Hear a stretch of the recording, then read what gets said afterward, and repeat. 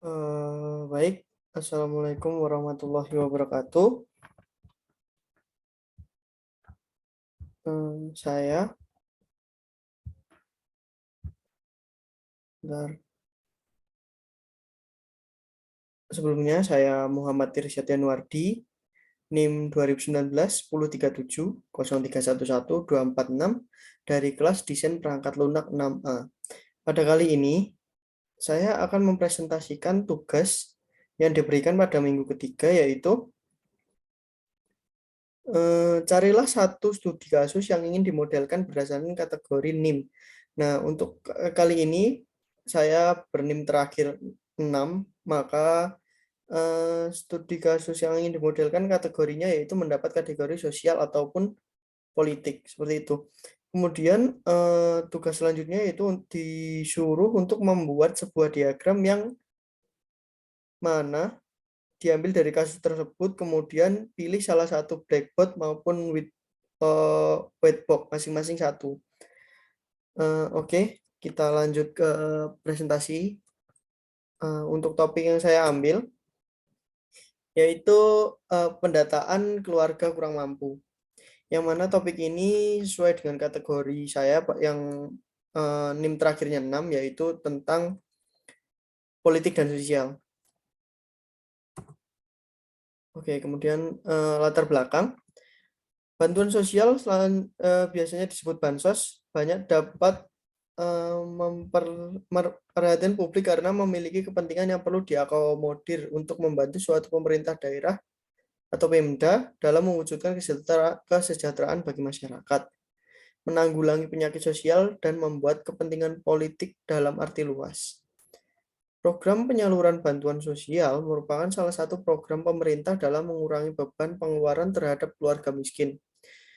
Nah, program bansos sendiri itu sudah tertera jelas pada Permendagri nomor 39 tahun 2012, yang mana isinya bahwa anggota atau kelompok masyarakat menyampaikan usulan tertulis kepada daerah.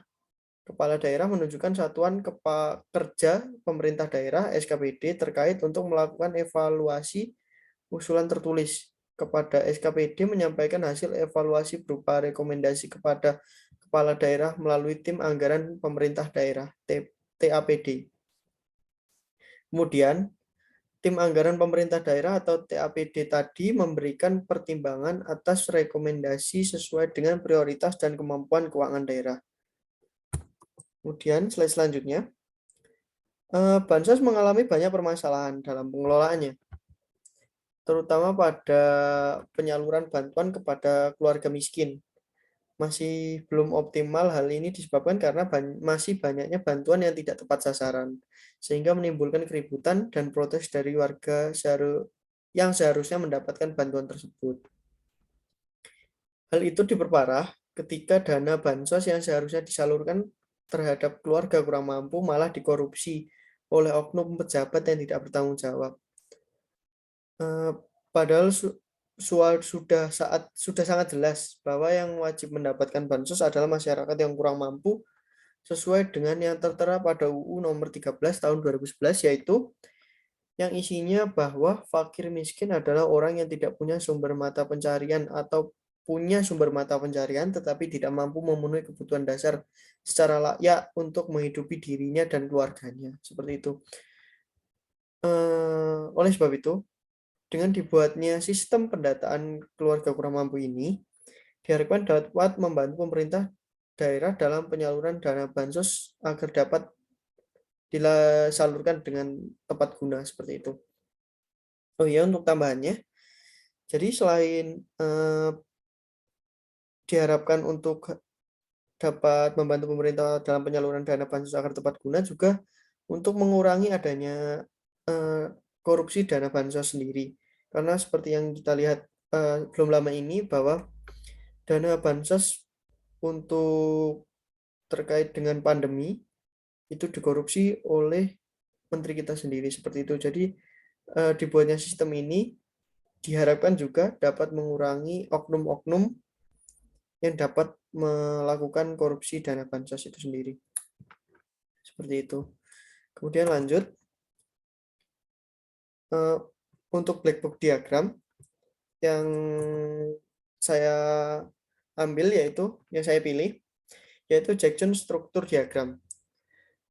Jackson struktur diagram sendiri didasari dari Jackson struktur programming. Jackson struktur programming ini sendiri dikembangkan pada awal tahun 70-an dan banyak sekali digunakan pada tahun 80-an dan 90-an. Jackson struktur programming juga merupakan metodologi desain program untuk sistem yang dapat diimplementasikan sebagai proses sekuensial tunggal dan memiliki aliran data input dan output yang terdefinisi dengan baik. Kemudian, Jackson struktur programming juga merupakan pemrograman terstruktur Jackson yang hanya memiliki satu jenis diagram, yaitu yang biasa kita sebut dengan Jackson struktur diagram atau JSD. Nah, kemudian lanjut untuk Jackson struktur diagram sendiri. Jackson struktur diagram itu memiliki struktur yang berbentuk pohon yang dibangun dari satu set kotak dan busur. Jadi satu set kotak sendiri ini merupakan kotak, kemudian busur ini kemudian merupakan anak panah atau aliran datanya seperti itu. Kemudian setiap subkotak atau anakan itu menjelaskan atau mendetailkan deskripsi yang terdapat di kotak induk. Jadi nanti akan ada induk, kemudian di bawahnya akan ada sub seperti subkotak itu menjelaskan atau mendetailkan deskripsi dari induknya seperti itu. Baik, lanjut. Nah, ini desain elemen Jackson struktur diagram. Yang pertama di sini ada action atau proses yang ditandai dengan kotak persegi panjang. Kemudian ada proses yang di atasnya ada bintang. Ini juga menandakan proses. Kemudian ada selection atau pilihan. Di sini sama bentuknya kotak juga, tetapi di atas pojok kanan atasnya ada simbol lingkaran seperti itu. Kemudian ada tree connector. Tree connector sendiri di sini untuk menghubungkan beberapa action atau proses. Jadi dia dicabangkan seperti itu menggunakan tree connector. Jadi nantinya akan berbentuk pohon. Kemudian ada iteration atau perulangan. Perulangan sendiri sama bentuknya kotak, tetapi di pojok kanan terdapat bintang. Hampir sama seperti proses, seperti itu. Kemudian selanjutnya ke bawah dulu saja ya. Jadi kemudian selanjutnya ada prosedur. Prosedur sendiri di sini terdapat berbentuk kotak, kemudian ada di dalam kotak situ ada kotakan lagi. Jadi seperti ada garisnya dua seperti ini. Kemudian ada prosedur 2. Prosedur 2 sendiri hampir sama, hanya ditambahi dengan bintang di pojok kanan atasnya. Kemudian ada prosedur 3. Di prosedur 3 sendiri hampir sama seperti prosedur dan prosedur 2, hanya saja garisnya itu kalau yang prosedur 2 dan prosedur dan prosedur 2 tadi horizontal, kalau vertikal, kalau prosedur 3 ini horizontal. Kemudian di atas pojok kanan atasnya ada logo lingkaran. Seperti itu. Kemudian di sini ada logical connector, kemudian ada file ticker arrow connector atau yang disebut busur tadi. Ini mengarah ke satu sisi, kemudian vertical double arrow ini mengarah ke dua sisi, kemudian direct connector ini menghubungkan, arrow direct connector ini juga sama, menghubungkan seperti itu. Kemudian lanjut. Aturan pembuatan JSD. Jadi yang pertama ada selection. Ini diwakili oleh pilihan. Jadi tadi yang saya sebutkan, pilihan ada lingkaran di pojok kanan atas, kemudian iteration, pengulangan diwakili oleh kotak bertanda bintang di pojok kanan atas bertanda bintang, kemudian ada sequence, urutan diwakili oleh kotak tanpa tanda, dari kiri ke kanan. Jadi urutannya dari kiri ke kanan seperti itu. Kemudian itu JSD dari sistem yang saya buat, yaitu pendataan keluarga kurang mampu. Jadi di atas sendiri sini ada sequence membuat data baru, kemudian turun ke kiri karena sequence, jadi caranya dari kiri ke kanan. Di sini ada login di sini ada percabangan, yaitu jika percobaan pertama pergi ke halaman login, percobaan kedua ke halaman input data. Jadi terlempar ke halaman input data. Kemudian jika kita kembali lagi kita lanjutkan ke input data. Di input data sendiri di sini suruh memasukkan atau menginput data mulai dari nomor kakak, alamat, nik kepala keluarga, foto rumah, total pendapatan, pekerjaan, jumlah anggota keluarga seperti itu. Nah, jika semua data ini sudah di-input oleh customer atau pengguna, maka kita lanjutkan ke verifikasi data. Nah, verifikasi data ini ada sebuah pemrosesan atau iterasi nanti diproses di sini, kemudian nanti dicabangkan atau dipilihkan. Pilihannya nanti setelah verifikasi data itu, data nanti diterima atau data ditolak, seperti itu. Baik, kita lanjutkan untuk whitebox diagram. Whitebox diagram sendiri yang saya pilih yaitu pseudocode. Untuk pengertiannya, yaitu pseudocode adalah suatu kode atau tanda yang menyerupai pseudo, suatu bahasa pemrograman untuk mendeskripsikan algoritma pemrograman komputer agar lebih mudah dimengerti oleh manusia. Seperti itu. Pseudocode biasanya tidak menggunakan elemen detail yang tidak diperlukan untuk kebutuhan pemahaman manusia atau suatu algoritma seperti deklarasi variabel, kode, ataupun subrutin untuk sistem yang bersifat spesifik. Jadi, pseudocode sendiri sebuah menyerupai pembahasan pemrograman tapi yang tidak ribet gitu loh, yang gampang dimengerti nantinya oleh manusia, lebih universal lah, tidak spesifik ke satu bahasa pemrograman seperti itu. Lanjut. Untuk aturan penulisan pseudocode, yang pertama, tulis satu pseudocode, suatu instruksi pada satu baris, kemudian pisahkan modul-modul atau kelompok instruksi dengan memberikan beberapa spasi untuk mempermudah pembacaan. Jadi per barisnya dijaraki spasi agar mudah pembacaannya. Kemudian bedakan bentuk huruf dalam penulisan pseudocode, di mana pseudocode instruksi ditulis dengan huruf kapital, sedangkan komentar atau variabel dalam huruf kecilnya. Kemudian berikan tabulasi yang berbeda untuk penulisan pseudocode instruksi yang berada dalam kalang atau loop, atau struktur kondisional yang lainnya seperti if else dan loop itu menggunakan tabulasi. Kemudian lakukan pembatasan jumlah baris pseudocode di instruksi setiap modulnya, misalnya 50-75 baris instruksi per modul sehingga tidak terlalu panjang seperti itu.